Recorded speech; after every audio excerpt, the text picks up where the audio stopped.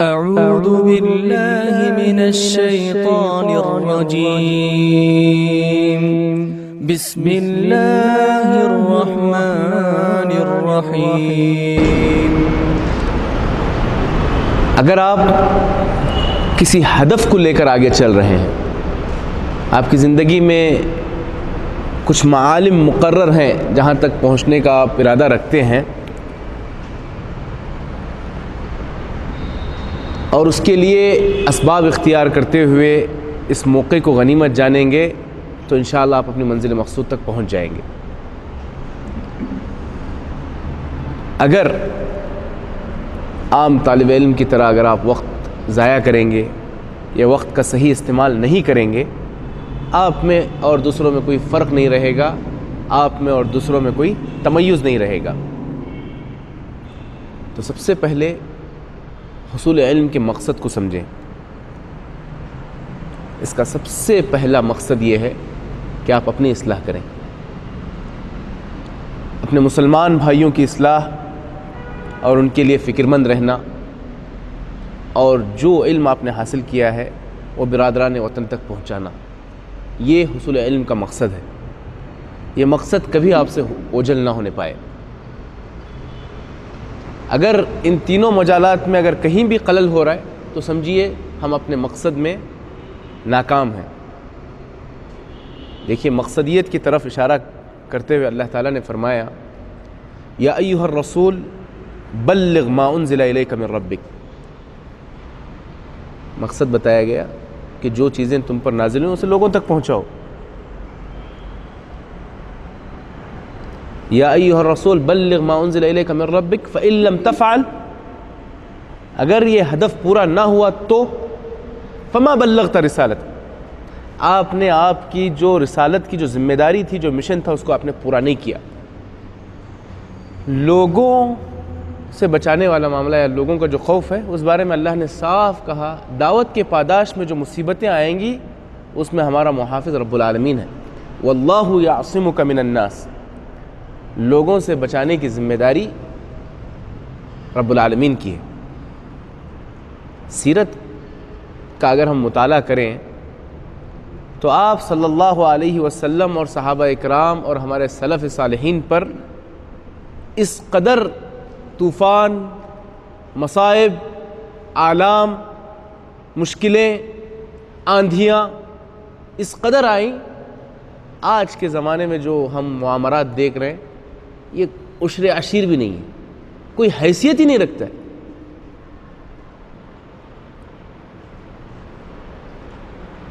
اللہ کے رسول صلی اللہ علیہ وسلم کے جسم مبارک پر جادو کیا جا رہا ہے، اللہ کے رسول صلی اللہ علیہ وسلم کے کھانے میں زہر دیا جا رہا ہے۔ خیبر کے موقع پہ خاتون نے زہر پیش کیا، احد کے معرکے میں آپ کے دندان مبارک شہید ہو رہے ہیں۔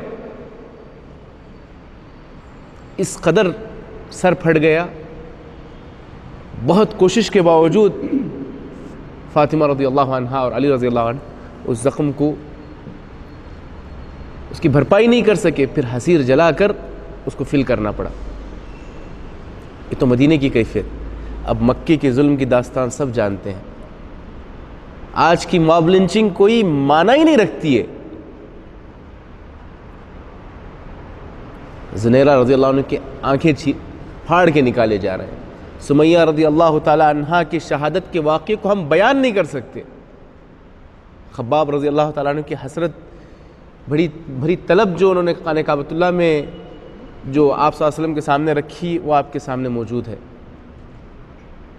بلال رضی اللہ تعالیٰ عنہ پر جو مظالم ڈھائے گئے، عرب کے اس تپش اور اس گرمی کے سرزمین پہ کھینچا جا رہا ہے، سینے پہ چٹان رکھے جا رہے ہیں، ذرا سوچ کر دیکھیں، ہمارے اسلاف نے اس سے کئی گنا زیادہ مصائب دیکھے۔ ارے اپنے شہر سے نکالا جا رہا ہے، مکہ کی سرزمین سے ہجرت کی نوبت آ رہی ہے۔ حبشہ کتنے دفعے گئے صحابہ؟ ہجرتیں دو بار پیش آئی۔ اللہ کے رسول کو مدینہ جب ہجرت آپ نے کی تو اس وقت جو دلی کیفیت تھی، اے مکہ، میری نگاہ میں سب سے محبوب سرزمین میرے لیے مکہ تھی، لیکن اگر میرے شہر والے مجھے نہ نکالتے تو میں نہیں نکلتا. صرف نکالنے پر یا ہجرت پر انہوں نے اکتفا نہیں کیا.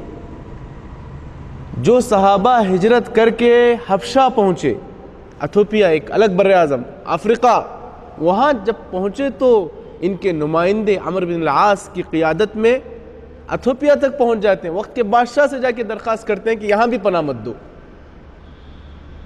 اپنے ملک میں نہیں، اپنے شہر میں نہیں، دوسرے ملک میں بھی جینے نہیں دے رہے. NRC اور یہ CAA کیا معنی رکھتا ہے؟ تو آپ جس مرحلے میں ہیں، تھوڑا شاید عنوان آپ کے لیول سے اونچا ہوگا.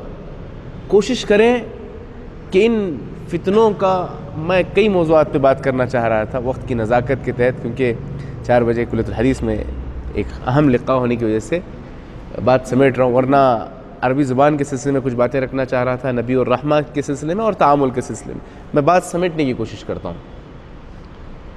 اللہ کے رسول صلی اللہ علیہ وسلم کی سیرت کا مطالعہ جتنا گہرا ہوگا آپ کا، لوگوں کے ساتھ تعامل کرنے میں، لوگوں کے ساتھ ڈیل کرنے میں، معاملات کو حل کرنے میں، مشکلات کو راحت میں بدلنے میں آپ کو بڑی مدد ملے گی. ابھی سے ذہن بنا لیجیے.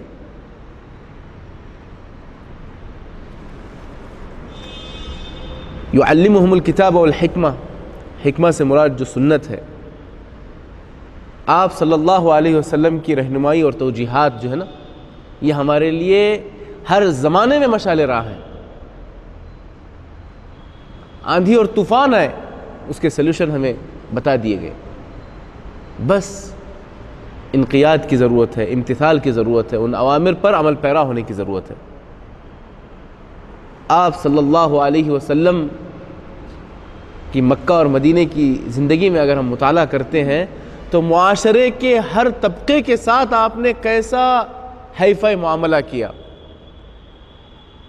حق تو یہ ہے والفضل ما شہدت به الاعداء. گاندھی جی، موہن داس کرم چندر گاندھی، راشٹر پتا جسے کہا جاتا ہے ہندوستان میں، انہوں نے باقاعدہ اعتراف کیا کہ محمد صلی اللہ علیہ وسلم آج بھی ملائی من البشر، کروڑوں انسانوں کے دلوں کے جیتنے والے بادشاہ ہیں. مائیکل ہارٹ نے اپنی کتاب میں عیسائی ہونے کے باوجود، اس کتاب میں عیسیٰ علیہ السلام کا ذکر کرنے کے باوجود، دا 100 کتاب کی شروعات اللہ کے رسول صلی اللہ علیہ وسلم سے اس کی شروعات کرنے پر وہ مجبور تھا، کیونکہ اس کی نگاہ میں اللہ کے رسول صلی اللہ علیہ وسلم جیسا منصف، معاشرے کے تمام طبقات کے تعامل میں آپ جیسا راقی تعامل کسی کا نہیں پایا. اور کامل و مکمل شخصیت اگر اس کی نگاہ میں کوئی تھی، عیسائی ہونے کے باوجود آپ کے فضل اور آپ کے منصف ہونے کا اعتراف کرتا ہے. اور ایک لمبی فہرست ہے جو غیر مسلموں میں آپ کے فاضل ہونے کی شہادتیں دی ہیں. معاشرے کا کوئی بھی طبقہ لے لو، یتیموں کا طبقہ، بیواؤں کے ساتھ آپ کا تعامل، بیویوں کے ساتھ آپ کا حسن سلوک، دوسرے بادشاہوں کی جانب سے آنے والے سفراء کے ساتھ آپ کا تعامل، یہودیوں کے ساتھ آپ کا تعامل. کیونکہ جب آپ مدینہ پہنچے تو یہودی اپنے 3 قبائل بنو قریظہ، قینقاع اور نذیر کی شکل میں 2000 سے زائد یہودی مدینے میں تھے. ان تینوں قبائل کو آپ نے کس انداز میں ڈیل کیا، ہر پہلو تفصیل طلب ہے. نجران سے آنے والے عیسائیوں کے ساتھ آپ نے کیا معاملہ کیا کہ ان کی آنکھوں سے آنسو جاری ہو جاتے ہیں. وَإِذَا سَمِعُوا مَا أُنزِلَ إِلَى الرَّسُولِ تَرَىٰ أَعْيُنَهُمْ تَفِيضُ مِنَ الدَّمْعِ. منافقوں کے ساتھ آپ نے کس قدر راقی تعامل کیا. وقت کے سرداروں کے ساتھ، کفار مکہ کے ساتھ، آپ کے سخت ترین دشمنوں کے ساتھ، معاشرے کے بزرگوں کے ساتھ آپ کا تعامل کیسا تھا. خالد ابن ولید، بہت کم لوگ ہم قبول اسلام کا جب واقعہ آتا ہے تو ہمارے سامنے حمزہ رضی اللہ عنہ اور عمر رضی اللہ عنہ کے قبول اسلام کے علاوہ اس سے آگے ہم مطالعہ ہی نہیں کرتے کہ عمرو بن العاص کیسے اسلام قبول کیے. جو شخص مسلمانوں کا پیچھا کرتے ہوئے حبشہ کی سرزمین پہ جاتا ہے وہ شخص آخر کیسے اسلام قبول کیے. خالد ابن ولید جیسی عبقری شخصیت کیسے اسلام قبول کی. ہمیں مطالعہ کرنا چاہیے کہ یہ اعلام کیسے اسلام قبول کیے. خالد ابن ولید مکہ کے ماحول سے مایوس آ گئے, بدر میں ہار گئے, احد والی جیت نہیں کہہ سکتے کیونکہ مسلمانوں حقیقی معنوں میں مغلوب نہیں تھے, خندق میں نقصان ہو گیا, لم ینالوا خیرا. صلح حدیبیہ میں بھی ایسی اسٹریٹجی چلی آپ صلی اللہ علیہ وسلم نے کہ مکاتبۃ الملوک, خیبر اس کے ذریعے فتح ہو گیا, سورہ فتح نازل ہو گئی. فتح مکہ وہاں پر بھی آپ کا دبدبا رہا. خالد ابن ولید سوچنے لگے کہ اب میں مکہ کی سرزمین میں تنہا ہو گیا ہوں, جو میرے اقران تھے بڑی بڑی شخصیت وہ لوگ اسلام قبول کر لیے, چلو میں حبشہ نکل جاتا ہوں, چلو میں روم یا فارس کی طرف بھاگ جاتا ہوں, جدہ والے راستے سے کہیں بحری راستے سے نکل جاتا ہوں. ایسے وسوسے آنے لگے. آپ صلی اللہ علیہ وسلم کا میں مطلب نہ مقابلہ کر سکتا ہوں نہ پھر ذلت کے ساتھ چہرہ دکھا سکتا ہوں, یہ خیالات آنے لگے. ایسے موقع پر آپ صلی اللہ علیہ وسلم کا جو تعامل تھا, ان کے بھائی ولید بن ولید کہتے ہیں اے خالد, اللہ کے رسول نے آپ کے نام خط بھیجا ہے. خالد اپنے آپ کو برداشت نہیں کر سکے اور کہتے ہیں اللہ کے رسول نے مجھے خط لکھا ہے. کہا ہاں خالد تمہارے نام اللہ کے رسول نے پیغام بھیجا ہے, کیا لکھا ہے؟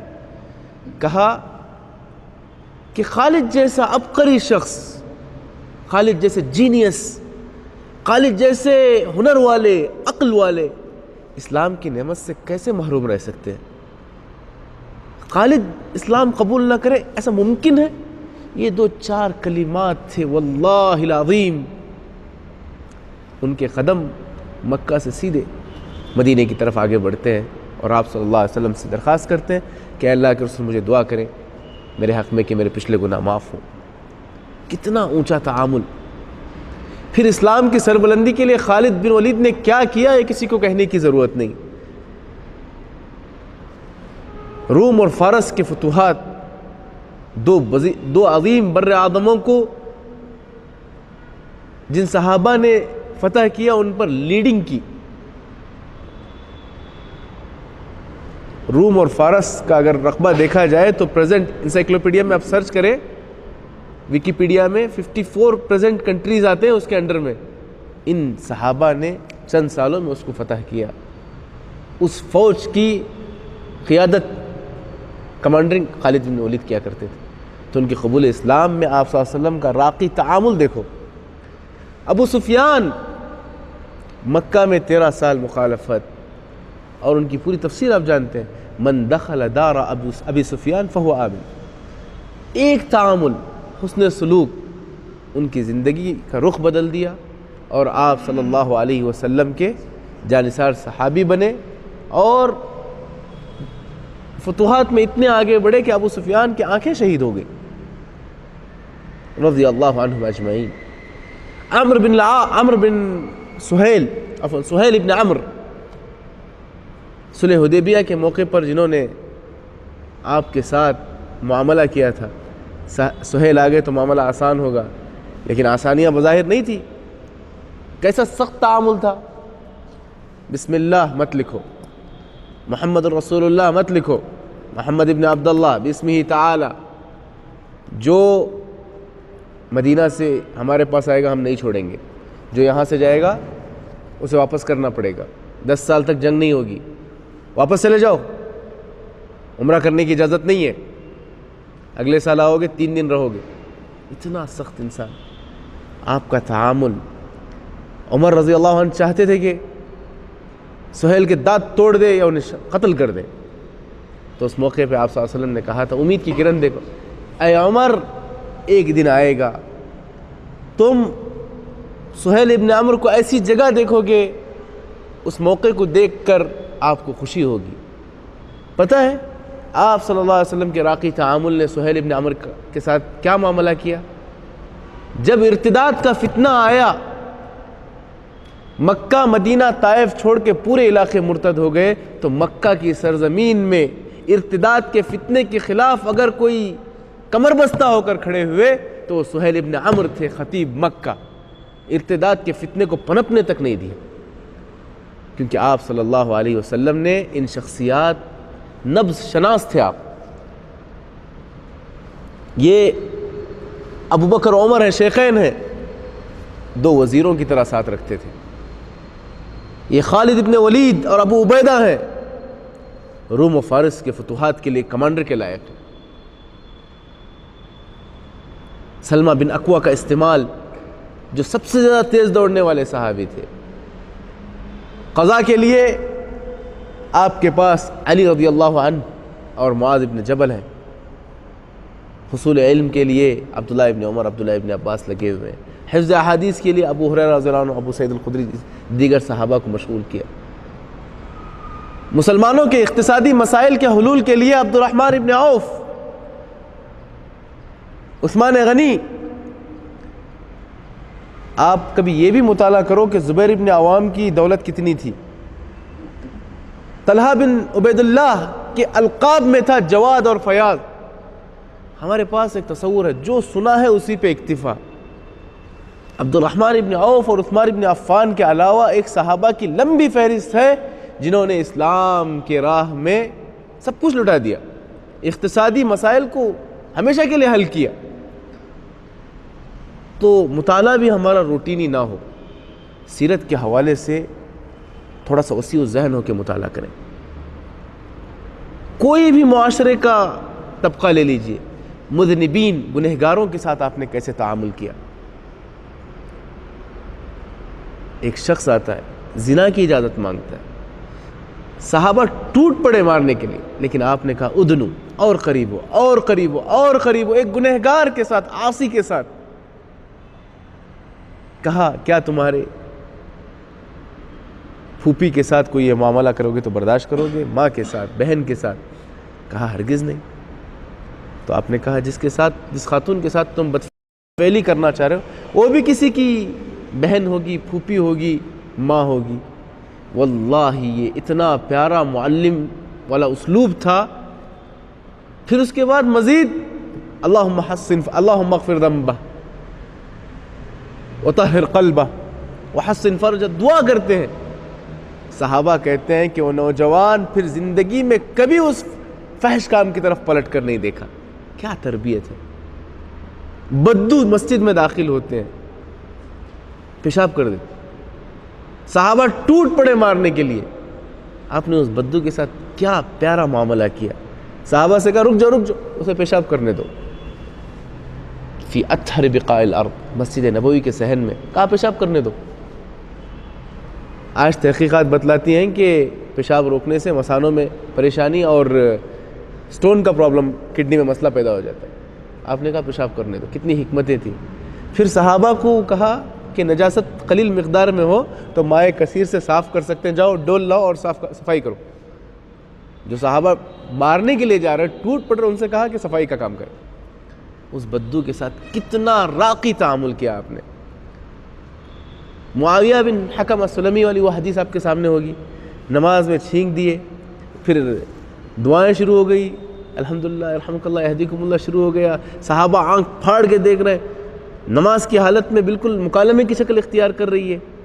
اس موقع پر آپ نے کتنے پیارے انداز سے بتایا کہ یہ نماز ہے، اس میں یہ لوگوں کی گفتگو مناسب نہیں ہے، یہ تسبیح و تحمید کا نام ہے۔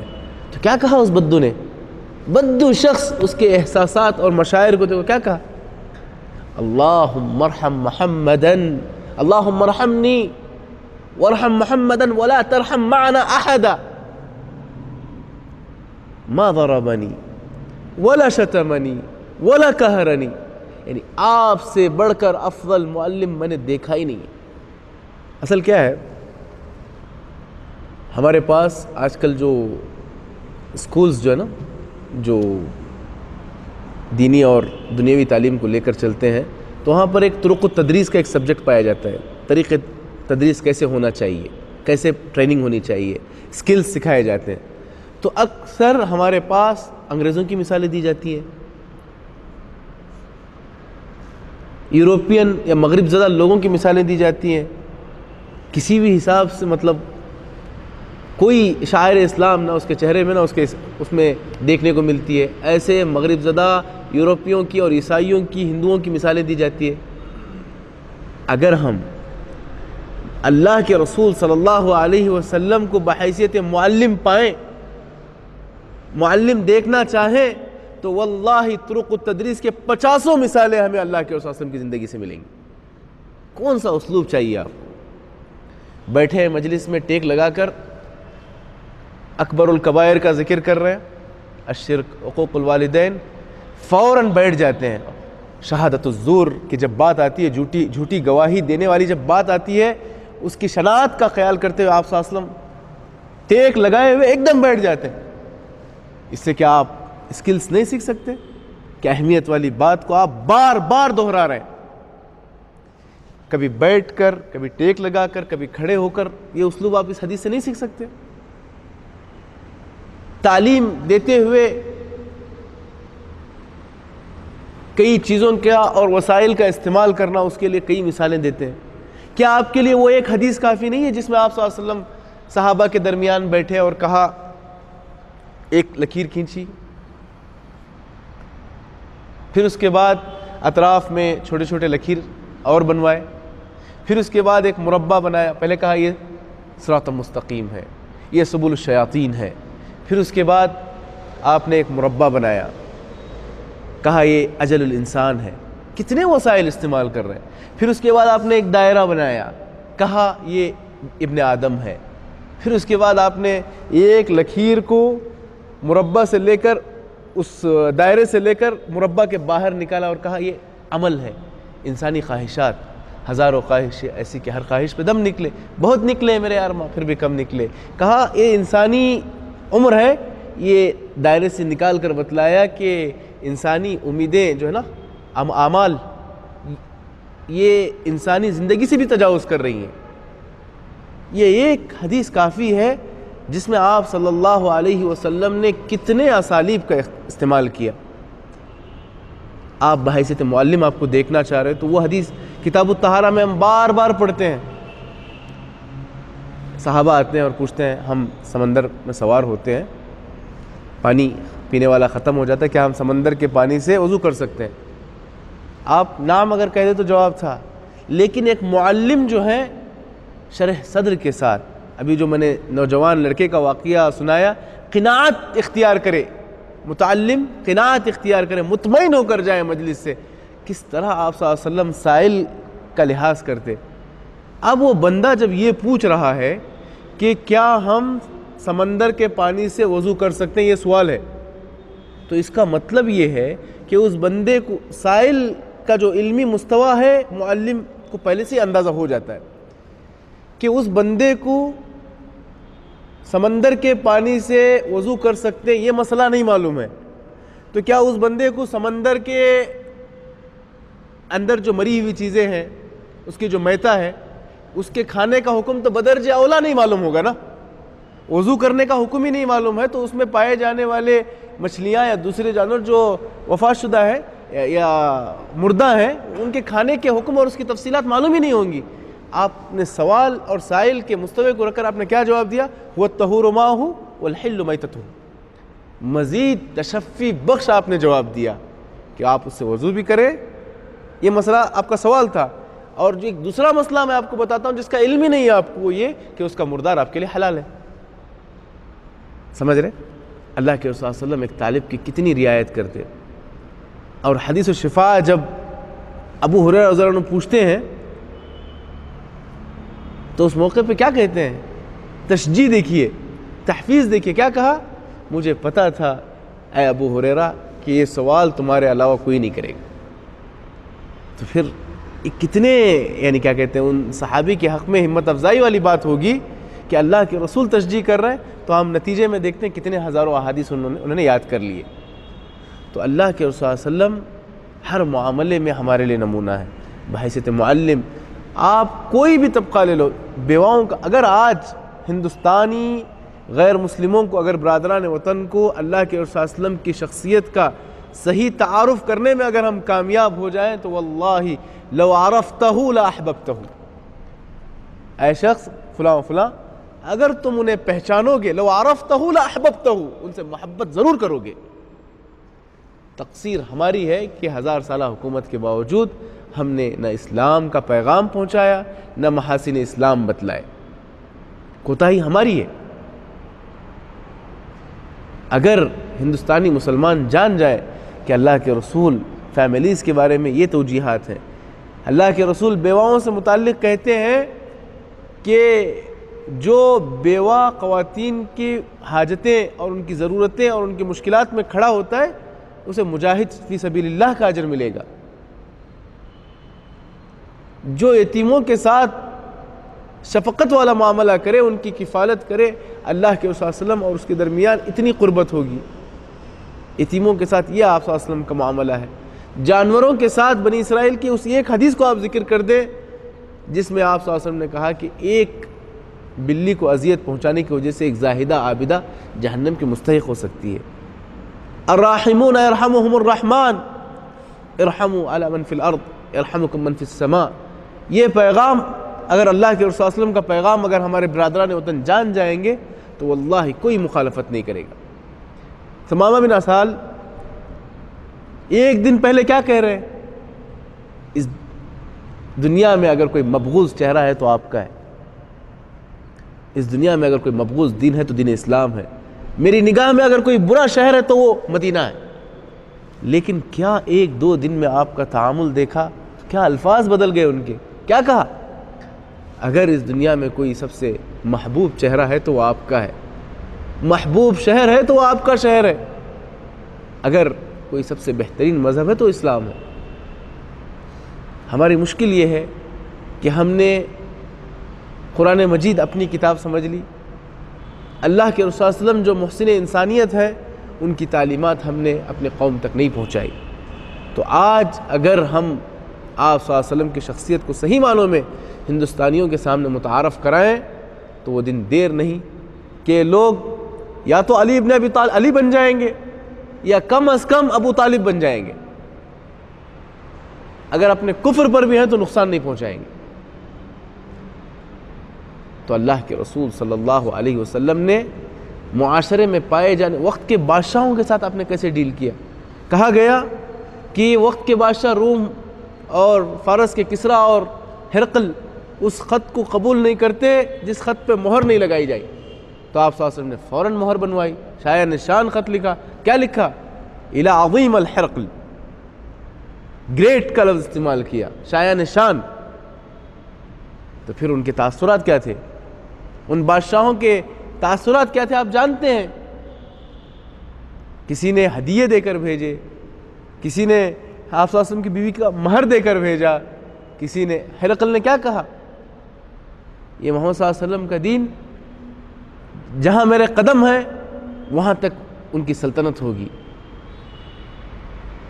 تو سیرت نبوی کو نئے انداز میں، تحلیلی انداز میں، تربوی انداز میں پڑھنے کی کوشش کریں، تب جا کر معاشرے کے مسائل حل کرنا اور آنے والے فتنوں کو فیس کرنا اور ان مشکلات کو سلوشن میں بدلنا یا کم از کم ان مشکلات کے لیے کچھ بدائل پیدا کرنا، یہ آپ لوگ سیکھ جائیں گے۔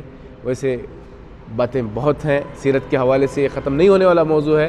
انہی کچھ منتشر خیالات میں اپنی بات ختم کرتے ہوئے ذمہ داران جامعہ اور مشائخ کا خصوصی شکر گزار ہوں کہ کچھ تاخیر کو برداشت کیا اور موقع عنایت فرمایا۔ فجزا اللہ الجمیع، اور شیخ ہاشم صاحب کا میں خصوصی شکر گزار ہوں کہ اہتمام کے ساتھ انہوں نے خطاب کا موقع عنایت فرمایا۔ السلام علیکم ورحمۃ اللہ وبرکاتہ۔